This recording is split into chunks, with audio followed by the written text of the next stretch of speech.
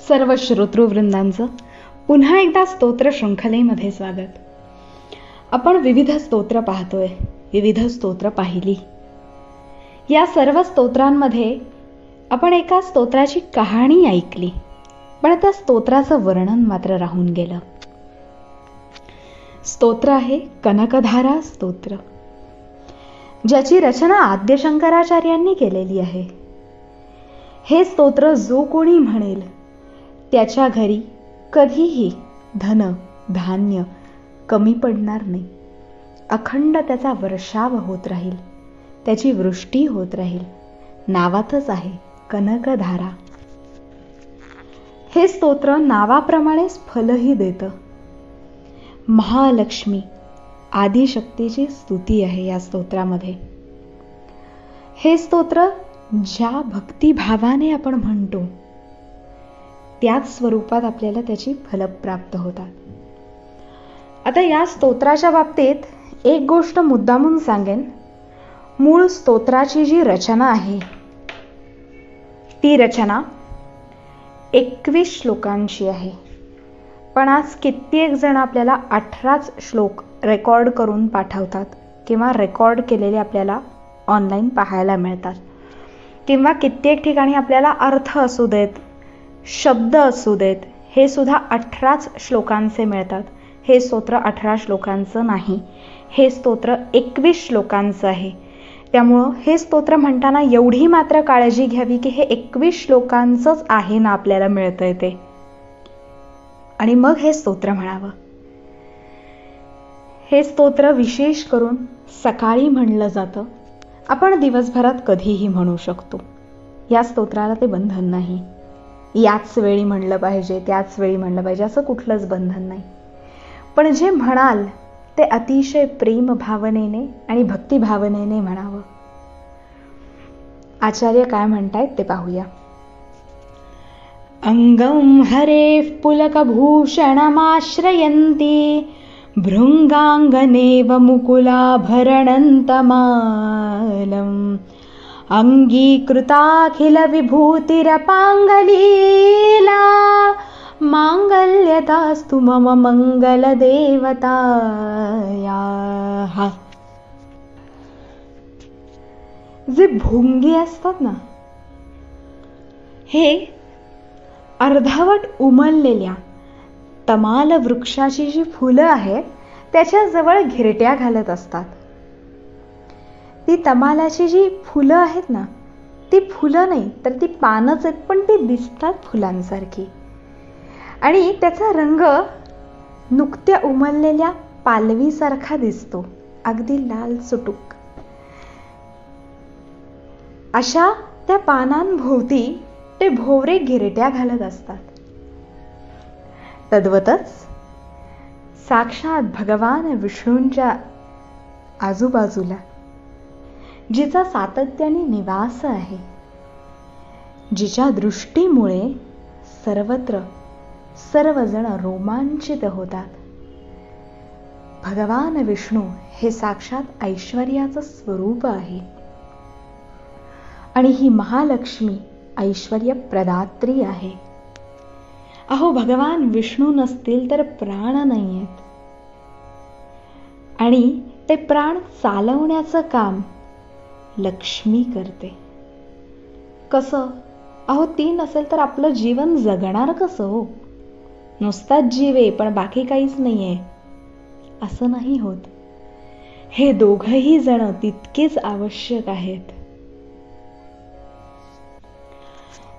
त्यामुळं जी साक्षात भगवान विष्णूंच्या शेजारीच आहे, सातत्याने त्यांच्या सहनिवास करणारी आहे, जी सर्व प्रकारची ऐश्वर्य प्रदान करणारी आहे, प्रदात्री आहे, ती सर्व देवींची अधिष्ठात्री साक्षात महालक्ष्मी आहे. तिच्या कटाक्षांमुळे तिची दृष्टी जिथे कुठे पडेल त्यामुळे त्या स्थानी सर्वांचं मंगल होवो. सगळ्यांचं मंगल करणारी अशी देवते, अशा हे देवते, माझ्याकडेही लक्ष दे ग, माझ्यावरही कृपा कर. मांगल्यदास्तु मम मंगल देवतायाः. तू मंगल देणारी आहेस, तुला मंगलदात्री म्हणलंय, म्हणूनच तुला म्हणलंय मांगल्यदास्तु. आणि तू नुसतं मंगल देणारी नाही आहेस, तर तू साक्षात मंगल स्वरूपाची देवी आहेस, म्हणूनच तुला मंगल देवतायाः. सर्व देवतांमध्ये सुद्धा श्रेष्ठ असणारी अशी मंगलांचं मंगल करणारी जी आहे, अशी तू हे कनकधारे, तुझी दृष्टी माझ्यावरही असू दे, माझंही कल्याण कर. पुढील श्लोकात आचार्य काय म्हणतायत ते पाहूया. मुग्धा मुहुर्विदधती वदने मुरारेः प्रेमत्रपा प्रणिहितानि गतागतानि मालादृशोर्मधुकरीव महोत्पलेया सा मे श्रियं दिशतु सागर संभवायाः. या श्लोकात काही वेगळंच वर्णन केलेलं आहे. एक स्त्री स्वभावही या श्लोकात वर्णित केलेला आहे. आणि त्याबरोबरच या स्तोत्रामुळे कुठल्याही स्त्रीला तिचं स्वरूप त्या लक्ष्मीमध्ये पाहायला मिळतं, किंवा प्रत्येक स्त्रीमध्ये आपल्याला साक्षात लक्ष्मीच दिसते. ज्याप्रमाणे भुंगा कमळावरती त्याच्या पानांवरती घिरट्या घालतो. इथे आता त्यांनी पानं म्हणली आहेत, पण पानांचा अर्थ त्या कमळाची पानं नाही आहेत, तर कमळाच्या पाकळ्यांवरती तो घिरट्या घालत असतो, फिरत असतो. तद्वतच ही जी आदिलक्ष्मी आहे, ही भगवान विष्णूंच्या मुखारविंदाकडे आकर्षित होते. ती त्यांच्याजवळ प्रेमपूर्वक जाते आणि लज्जेमुळे ती पुन्हा परत निघून येते. अशी ही समुद्राची कन्या जी देवी लक्ष्मी आहे, तिची ती जी मनोहर दृष्टी आहे, ती जी लज्जापूर्ण दृष्टी आहे, ती मला धनधान्य संपत्ती प्रदान करो, ती मला सर्वस्व देवो. इथे फक्त धन आणि धान्य हे पैशाच्या स्वरूपात नाहीये, तर प्रत्येक स्त्रीकडे तिचा एक जो विशेष गुण आहे, लज्जा, सत्ता, या दोन्ही गोष्टी तिच्याकडे. या दोन्ही गोष्टी प्रदान करणारी जी आहे ती साक्षात कनकधारा आहे. तिची कृपा ही आमच्यावर अशीच असो. पुढच्या श्लोकात आचार्य काय म्हणतायत ते पाहूया. विश्वामरेंद्रपद विभ्रमदानदक्षम् आनंद हेतुरधिकं मधुविद्विषोऽपि ईशन्निषीदतु मयि क्षणमीक्षणार्धम् इंदीवरोदर सहोदरमिंदिरायाः.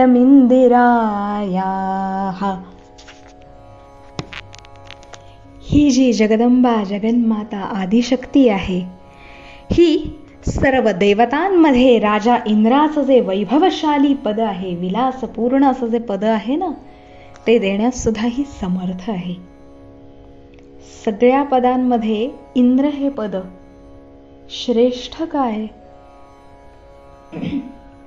सगळ्यात पहिलं तर ते प्राप्त करणं अवघड आहे.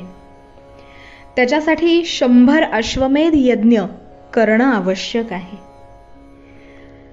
आणि हे अश्वमेध यज्ञ करणारे अनेक जण आहेत, पण कोण किती भक्तिभावनेने करतो त्याप्रमाणे त्या व्यक्तीला इंद्राचं पद प्राप्त होतं. ते अश्वमेध यज्ञ केल्यानंतर किंवा करण्यापूर्वी अनेक नियमावली आहेत. त्या नियमानुसार केलं तर त्या व्यक्तीला इंद्रपद प्राप्त होतं. नाहीतर इंद्रपद मिळालं आणि काही क्षणातच तुला त्या पदावरून उतरायची वेळ आली. असे अनेक राजे होऊन गेले आपल्याकडे की त्यांना पूर्ण इंद्रपद प्राप्त झालं म्हणण्यापर्यंत निघायची वेळ आली, किंवा काही जण वेळेच्या पूर्वी ते प्राप्त करायचा प्रयत्न करू लागले, तर त्यांना मात्र त्या स्थानावरून खेचून काढावं लागलं. पण या जगन्मातेची प्रार्थना केली की इंद्रपद सुद्धा प्राप्त होतं. पण इंद्रपद प्राप्त झालंय म्हणून काहीही हवं ते करा, अशी संधी किंवा अशी परिस्थिती ती कधीही जगन्माता देत नाही. कितीही तुला उच्च पद प्राप्त झालं तरी सुद्धा भक्ती, भाव या दोन्ही गोष्टी असणं तितक्याच आवश्यक आहे. आणि जे पद प्राप्त झालेलं आहे त्याचं कर्तव्य पूर्णरित्या करणं हाही तुझा धर्म आहे. या सर्व गोष्टी प्रदान करणारी ती जगन्माता आहे. त्यामुळे जेव्हा आम्हाला असं कुठलंही पदप्राप्तीची इच्छा आहे, आत्ता आहे त्या स्थानापेक्षा मला उच्च स्थानी जायचंय, प्रमोशन्स हवी आहेत, तर त्यावेळी हे स्तोत्र विशेषत्वाने म्हणावं की प्रमोशन्स मिळतात, पण प्रमोशन मिळाली म्हणून आधीच्या गोष्टी विसरून चालत नाही. म्हणून आमच्याकडून विस्मरण होऊ नये. एखादं पद मिळालंय त्याचा अहंकार येऊ नये म्हणून तुझी दृष्टी आमच्यावर सातत्याने असू देत. जो सर्व देवांचा राजा आहे, इंद्र आहे, त्याचं पद देणारी, तिथला वैभव विलास देण्यास तू समर्थ आहेस. तू साक्षात भगवान श्रीहरी त्यांना आनंदित करणारी आहेस.